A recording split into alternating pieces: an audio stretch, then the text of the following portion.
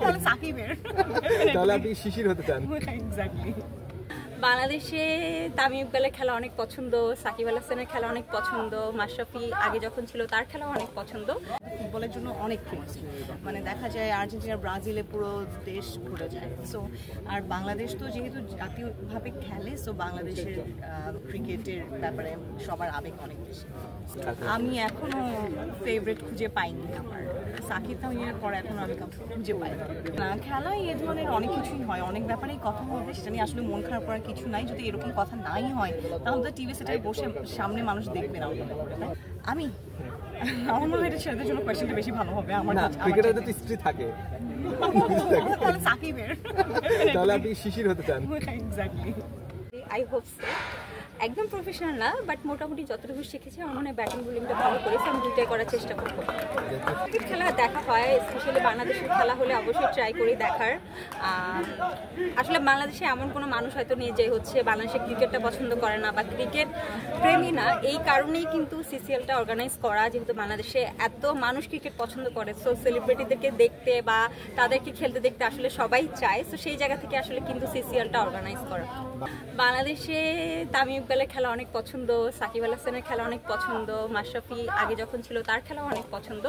So actually বাংলাদেশের টিমের প্রত্যেকটা প্লেয়ারের জন্য তো একটা আলাদা অ্যাফিশন কাজ করবে, যেহেতু তারা সবাই বাংলাদেশের জন্য খেলে।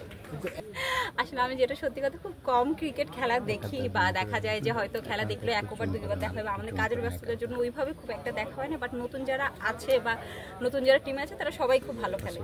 আসলে অনুকরণটা কখন আসে? যখন আপনি অনেক দিন যাবত খেলা প্র্যাকটিস করেন বা আপনি খেলাটা জানেন প্রফেশনালি। এখন তো আমাদের জাস্ট টার্গেট হচ্ছে ব্যাটটা ঠিক মতো করা, যাতে বলটা মিস না হয় বা বোলিংটা পিচ পর্যন্ত পৌঁছানো। আমাদের এখন আপাতত টার্গেট জাস্ট এটাই। এছাড়া কিন্তু একদম প্রফেশনালি খেলা বা কাউকে অনুকরণ খেলার মতো আসলে ওই সময় সুযোগটা আমাদের নেই। এই টুর্নামেন্টে আসলে আমার বিপক্ষে যে প্লেয়ারই থাকবে বা যে টিমের প্লেয়ারই থাকবে, আমি চেষ্টা করবো সবাইকে আউট করার। কোনো নির্দিষ্ট কারো কথা বলবো না, ট্রাই করবো যে আমার অপোজিটে থাকে তাকে আউট করার। রান করতে চান? আমাদের তো আসলে টোটাল 2 ওভারের খেলা, সো 2 ওভারে আমি ট্রাই করব আমি বা আমার সাথে যেই থাকুক পার্টনারে মিনিমাম 30 যাতে আমরা করতে পারি 2 ওভারে।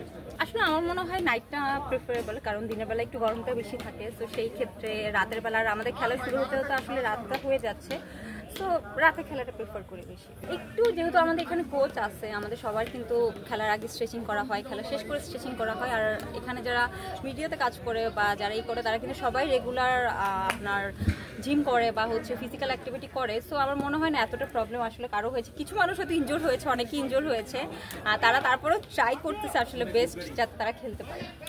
সংবাদ, ফিচার ও অনুষ্ঠানের জন্য ভিজিট করুন সংবাদ প্রকাশের ওয়েবসাইট এবং যুক্ত থাকুন ফেসবুক পেজ ও ইউটিউব চ্যানেলের সঙ্গে।